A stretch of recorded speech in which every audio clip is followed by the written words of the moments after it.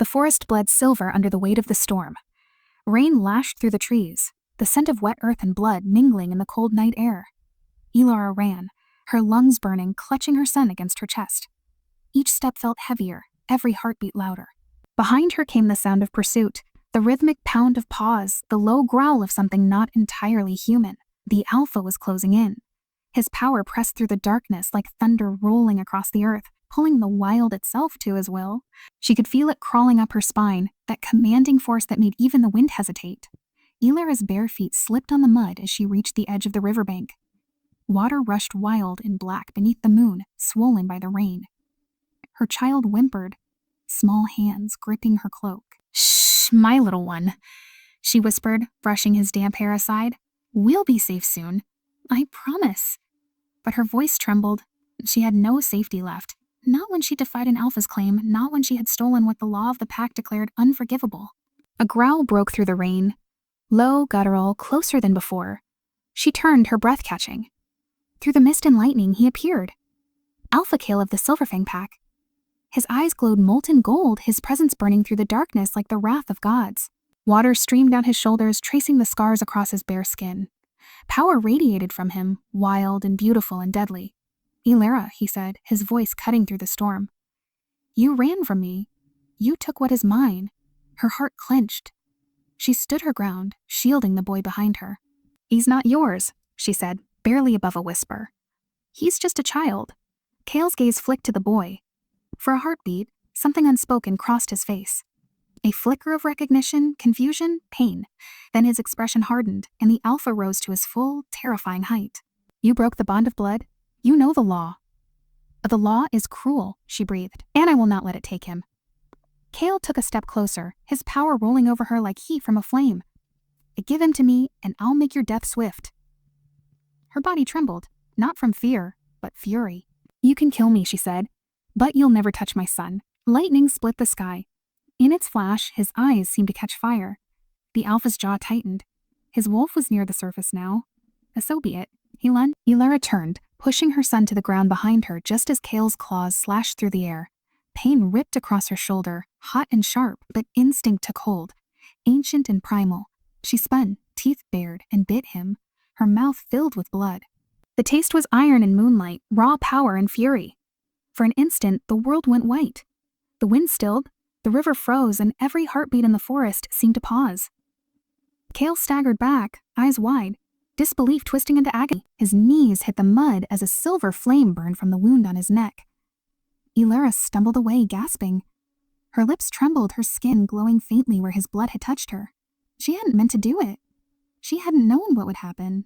But something ancient had awakened in that single act. The forbidden bond of the Moonbetters, a curse older than the pack itself. Kale's voice came broken, guttural. "What have you done?" She stared at him, shaking. "I saved him," she whispered. "I saved my child." The Alpha tried to rise but fell to one knee, clutching his wound. Power leaked from him like smoke, his aura dimming, fracturing. The rain poured harder, hissing as it hit his burning skin. He looked at her then. Through the pain, truly looked, and what she saw in his eyes made her breath falter. It wasn't rage, it was something lost, something shattered. "Elara," he said her name like a curse and a prayer at once. She turned, grabbing her son and running into the forest. Branches tore at her cloak. Her legs burned, but she didn't stop. Behind her, Kale's howl tore through the storm, a sound so raw it made the wolves bow their heads. The night shook with its echo. Every creature felt the shift. The Alpha had been bitten, his power marked, his soul bound to hers. The pack would feel it before dawn. Elara ran until the trees blurred and her body screamed for rest. At the edge of the valley, she paused, looking back toward the flickering lights of the Alpha's territory. For a moment, she thought she saw him again through the rain, on one knee, drenched in silver light, his head bowed as if in surrender. Tears stung her eyes. Forgive me," she whispered to the night. But I had no choice." The child stirred, pressing his face against her neck. "Mama," he murmured sleepily. "The wolf is hurt." She closed her eyes, her heart twisting with guilt. "I know, my love," she said softly. "And one day you'll understand why I had to hurt him." She kept walking, through mud and memory, until the rain softened to mist and the forest grew quiet again. The bond she'd created pulsed faintly beneath her skin, alive, dangerous, eternal. Somewhere behind her, that same pulse echoed inside Kale, binding them in ways neither could yet comprehend. Before we begin this story, tell us where in the world are you listening from, and what time is it there? Now let's begin, because on that storm-choked night, a mother's bite rewrote destiny. The Alpha would never be the same. And in the space between blood and love, something ancient began to stir. Something that would bring the pack to its knees before the moon waned again. Dawn crept through the forest in shades of gray and silver, the storm's rage fading into a silence heavy with consequence.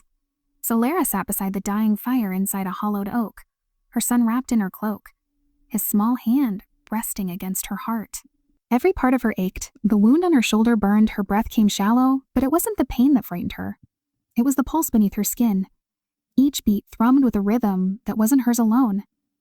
She could feel him, Kale, the Alpha she had bit. His heartbeat echoed faintly inside her, tethered by something ancient and unbreakable. Outside, the forest stirred with unease. The birds were silent, and the air smelled of iron and fear. Word would already be spreading through the packlands. The Alpha's blood had been taken, his power disrupted. Wolves would be howling for justice before nightfall. She tightened her arms around her child, her voice a trembling whisper. "You're safe, little one. I won't let them take you." The boy stirred, blinking sleep from his silver eyes. "Mama, did the wolf stop chasing us?" His voice was small, but it carried the same quiet strength that had once lived in his father's tone. Ilara brushed a strand of damp hair from his forehead, forcing a smile. "For now," she said softly. "But we must keep moving before the moon finds us again." Her shoulder throbbed as she rose. Every step sent a shiver of energy through her veins, a reminder of the bite she'd given, the bite that had changed everything. She could still taste his blood, still feel the tremor that had passed between them when their fates collided. It wasn't supposed to happen. A healer biting an Alpha broke every law written by the elders. It bound them, body and soul, in ways no magic could undo. Far beyond the forest, in the heart of Silverfang territory, Kale woke with the taste of rain and blood in his mouth. The wound on his neck glowed faintly, silver veins crawling beneath his skin. His beta Corin knelt beside him, eyes wide with alarm. "Alpha, your mark? It won't heal." Kale's breath came rough, his pulse unsteady.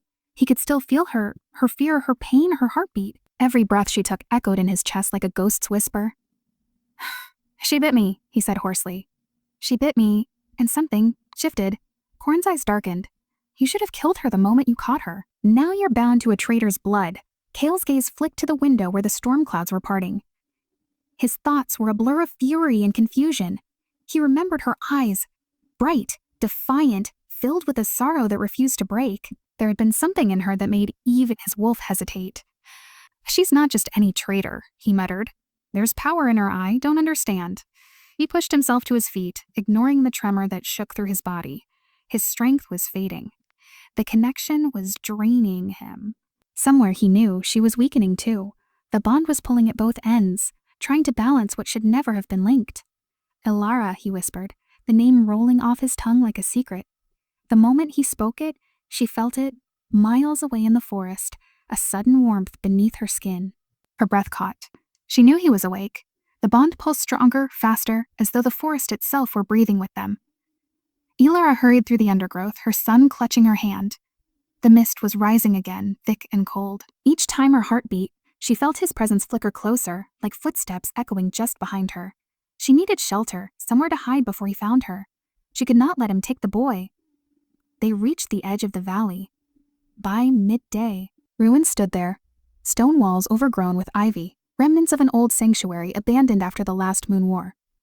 Ilara led her child inside, setting him down on a slab of cold stone. The air was quiet, except for the whisper of wind through cracks in the walls. She lit a small fire and knelt, pressing her palm to the wound on her shoulder. The skin shimmered faintly, silver threads of energy crawling outward. "You're not healing," came a voice from the shadows. Ilara's head snapped up. A woman stood there, cloaked in gray, her eyes glowing faintly green. It was Lysandra, the old healer of the Northern Coven, one of the few who still remembered the ways of the Moonbearers. "You shouldn't have done it," Lysandra said softly, stepping forward. "A bite like that binds you to the Alpha's life. His pain is your pain now. His death would be yours too." "Well, you didn't mean to," Ilara whispered.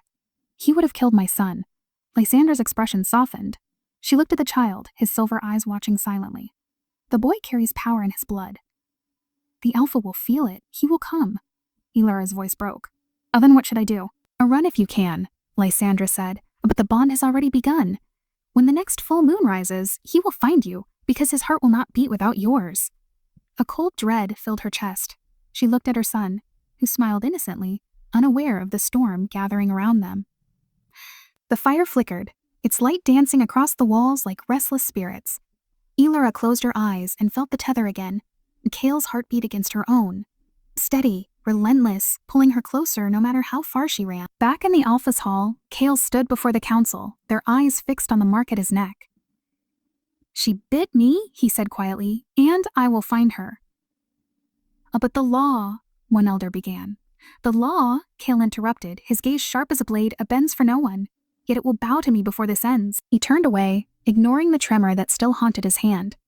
As he stepped into the sunlight, a faint echo of her voice reached him, soft, defiant, and heartbreakingly familiar. In the ruins, Elara whispered to her sleeping child, The Alpha's blood runs through the land tonight, but ours will run deeper. Somewhere far across the valley, Kale's wolf lifted its head to the wind. The connection between them flared, a thread of fire stretching across the world. Neither could see the other, but both could feel it, the beginning of something neither love nor hate could undo. Night returned with a bruised sky, and the air over Silverfang territory carried the scent of sickness. The Alpha's mansion, usually alive with the pulse of dominance and command, had fallen into uneasy quiet. Fires burned low, and the pack moved in whispers. Behind the closed doors of the great hall, Kale lay motionless, his body shivering under the weight of the curse. The wound where Elara's teeth had sunk glowed faintly, threads of silver light crawling along his skin like veins of frost. Each breath came harder, slower, as though something inside him fought to keep him tethered to life. Corin stood at his bedside, torn between duty and disbelief. It should have healed by now, he muttered, pacing the floor. And no bite can poison an Alpha.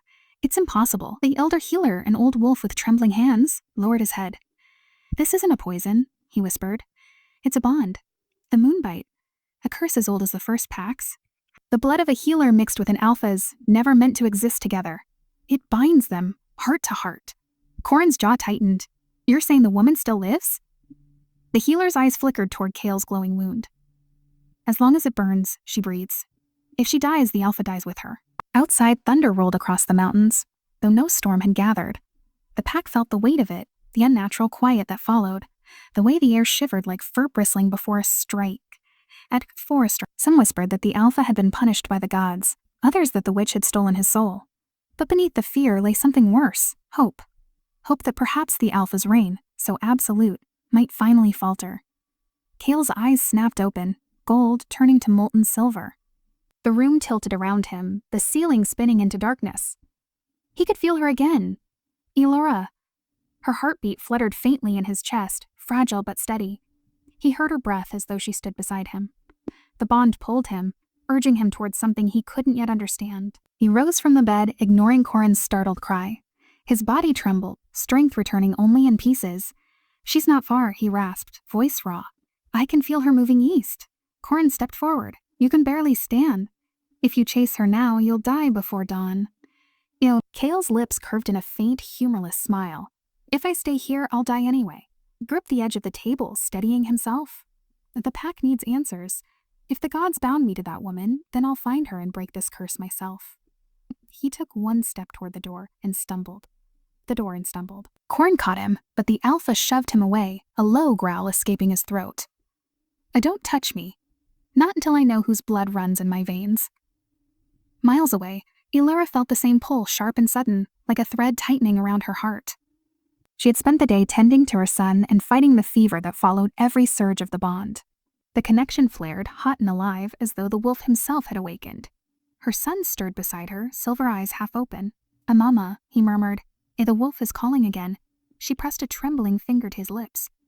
Don't listen, she whispered. He doesn't mean to call us. He's just lost. But she could hear it, the faint echo of his voice threading through the darkness. Her heartbeat matched his, unsteady, defiant, bound. Every part of her wanted to hate him for it, yet some quiet part ached at the thought of his pain. Hours passed in restless silence. Elara kept the fire burning low, afraid to sleep. The ruins around her creaked under the wind's weight. She pressed her palm to the cold stone floor and whispered the old words of her ancestors, a prayer of protection, a moon above, hide us from the eyes that burn, shield us from the hearts that bind. The air shimmered faintly, the ancient magic responding to her call. But even as it settled, she felt it, the tether tugging harder, stronger. Kale was moved. Back in Silverfang Lands, Kale reached the edge of the forest, his body trembling from the effort. The moon hung full now, pale and cold above the trees. His wolf stirred restlessly beneath his skin, whispering fragments of memory. Her eyes, her voice, the scent of rain on her hair. He pressed a hand to his neck where the bite still glowed. And for a moment, the fury in him faltered. He remembered the fear in her face that night, the desperation in her voice when she said, "I would rather die 1,000 deaths than see him suffer." He had thought her defiance insolence then. Now in the hollow echo of her pain beating within him, it felt like truth. His wolf growled low, impatient. Find her. Kale's lips parted, his breath a mist of silver in the cold. "I'm trying," he murmured, "but she's hiding behind something older than me." He tilted his head back, listening, and through the hum of the night he felt it, a whisper of her heartbeat, faint but steady, calling him eastward. Elura jerked upright where she sat by the fire, her chest tightening as if invisible claws had brushed against her soul. The child stirred again, restless. "Mama, is he hurting?" She hesitated. "Yes," she said softly, "but he won't stop until he finds us." The boy reached for her hand, small fingers curling around hers. "Then maybe we should help him." Far away, Kale dropped to his knees in the mud as the bond pulsed violently, pain searing through both their bodies. For a heartbeat, their souls aligned. His breath became hers. Her tears became his rain. When it passed, he fell forward, gasping. Corin found him there minutes later, half-conscious, rain soaking through his cloak. "Alpha, get up," the beta urged. Kale's voice was little more than a whisper. "She's alive." Corin stared at him. You should be dead." Kale lifted his gaze, a faint, dangerous smile curving his lips. "Then perhaps I'm not meant to die yet." As the wind swept through the trees, a single howl rose across the valley. Low, mournful, and alive with something neither life nor death could claim. And somewhere beyond the mountains, Elura shivered, whispering to the sleeping child beside her. The wolf who should have died still walks beneath the same moon. The Alpha's hall had never felt so cold. The stone walls, once echoing with the rhythm of authority, now carried the sound of whispered fear. Torches flickered uneasily as the council gathered, wolves of old bloodlines, their faces carved from suspicion and pride. At the head of the long table, Kale sat in silence. The mark on his neck glowed faintly beneath his collar, a ghost of moonlight against his skin. Every heartbeat reminded him of her. Ilara's defiance, her trembling voice, the warmth of her blood mingling with his own. He could feel her pulse even now, faint but constant, threading through his veins like a quiet rebellion. "Alpha," began Elder Varen, his tone sharp as a blade. "You've hidden the truth from the pack. The healer's bite should have ended your life, yet you live. Explain this heresy." Kale's gaze lifted slowly, gold eyes burning through the dim. "I owe no explanations for surviving," he said, his voice steady though the strength beneath it faltered. "The moon spared me. That is all the reason you need," as Darren slammed a hand against the table. "The pack bleeds for an alpha who may no longer be wolf. You were bitten by a witch, an outcast. The law demands her death, and yours if her corruption spreads." A murmur rippled through the council. Some looked at Kale with pity, others with hunger. Corin stood behind his alpha, his expression unreadable. "You speak of law," Kale said softly. "But the law is only sacred when it serves the living. Kill me if you wish to test the gods, but know this, when you strike at me, you strike at the bond that holds this pack together." The elder's voice grew louder. "You cannot lead while cursed. The pack must be pure." Kale's hands curled into fists. Beneath his skin, the bond flared like fire. For a moment, he saw her again, Elura, kneeling by a small fire, her eyes filled with fear and resolve. Her voice whispered across the bond, "You can kill me, but you'll never touch my son." He stood suddenly, his chair scraping the floor. "The healer lives," he declared, "and until I decide otherwise, she is under my protection." The room erupted into chaos. Growls, protests, the scent of fury filled the air. Corin stepped forward, his voice cutting through the noise. "The Alpha has spoken." Varen's glare turned cold. "Then may the pack's blood judge you both." Kale's power surged, the force of his presence silencing the room. The law of the pack is my word," he growled, every syllable edged with dominance. If she is to die, it will be by my hand, and not before I understand what the moon intended when it spared me. When the council finally dispersed, the silence that followed was heavier than the storm outside.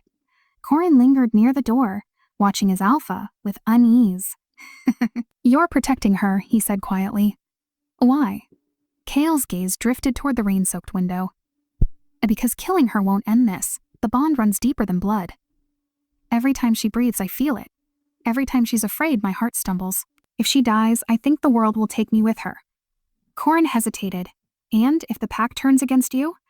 Then I'll remind them why I became Alpha, Kale murmured, his voice low, dangerous, and almost sorrowful. Far beyond the hall, in the crumbling ruins that served as her refuge, Ilara felt the weight of that same storm pressing against her heart. Her son slept soundly beside her, his small chest rising and falling in rhythm with the rain.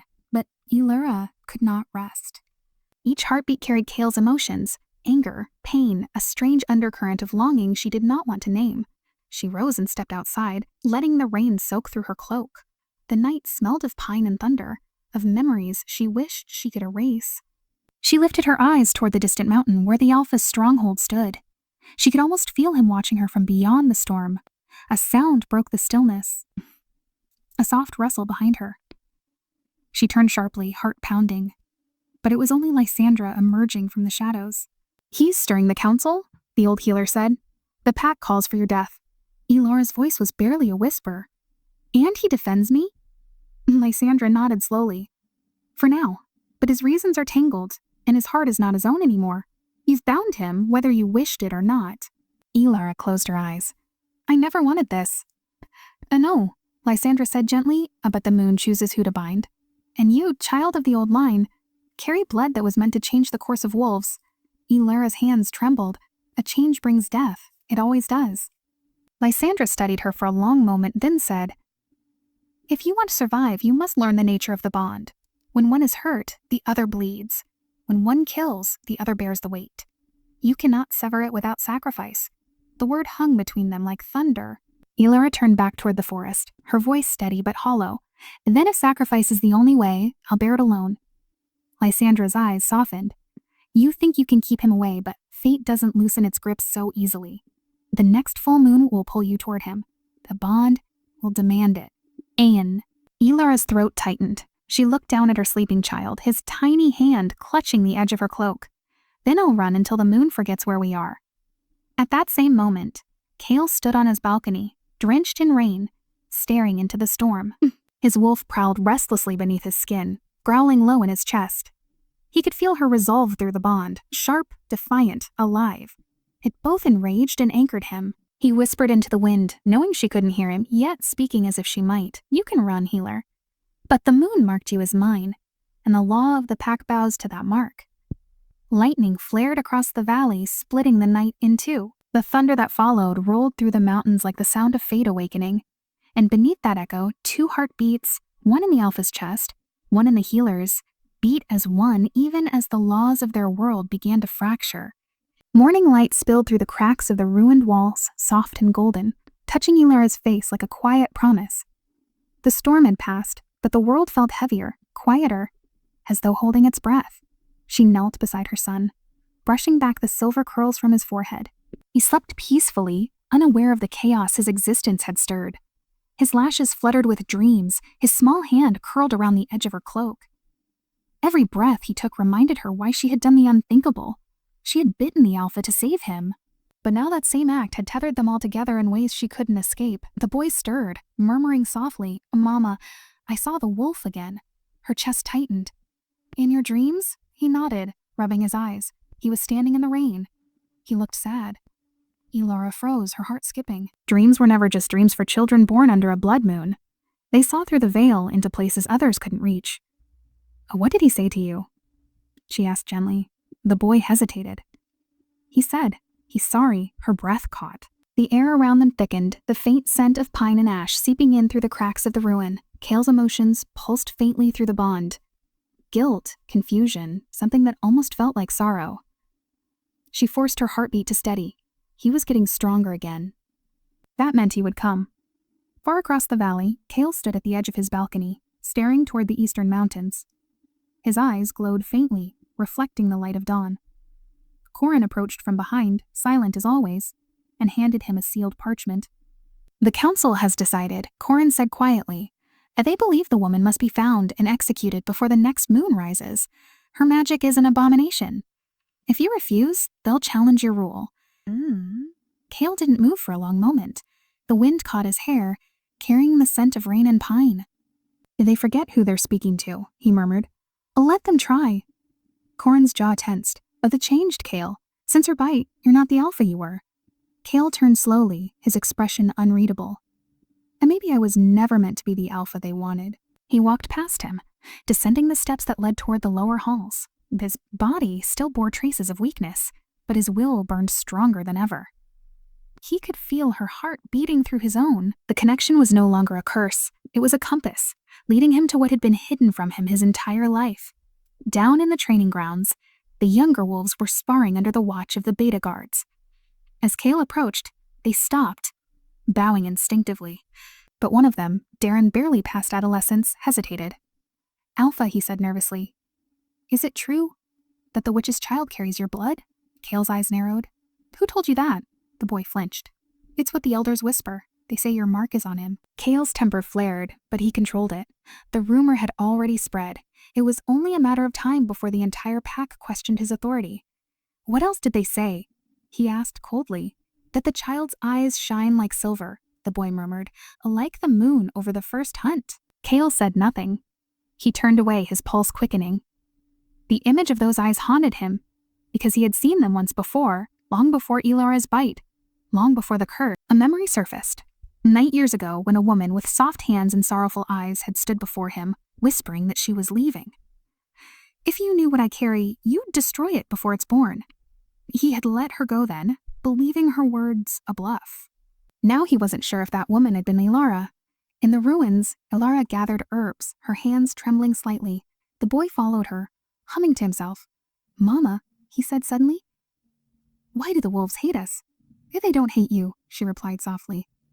"They fear what they don't understand." He frowned. "But I hear them sometimes, in the wind. They whisper my name." Her heart ached.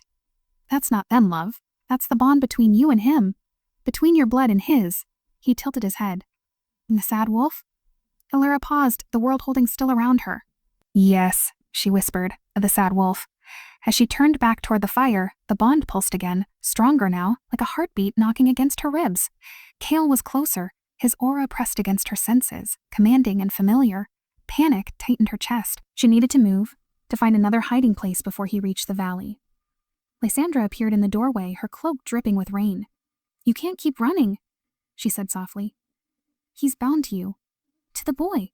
It's only a matter of time before he follows the pull." Elara's eyes darkened. "If he finds us, he'll take my child. The pack will kill him." Lysandra shook her head. "Or he'll protect him. The moon doesn't bind without reason. The boy is both their curse and their salvation." The words made Elara's stomach twist. She wanted to reject them, but something deep inside her knew they were true. "He can't know," she whispered. "Not yet. Then prepare yourself," Lysandra said quietly. "Because when he does, the law of the pack won't matter anymore. Blood will." Kale rode through the forest as night fell again, his horse kicking up mud and mist. The bond tugged relentlessly at his chest, drawing him eastward.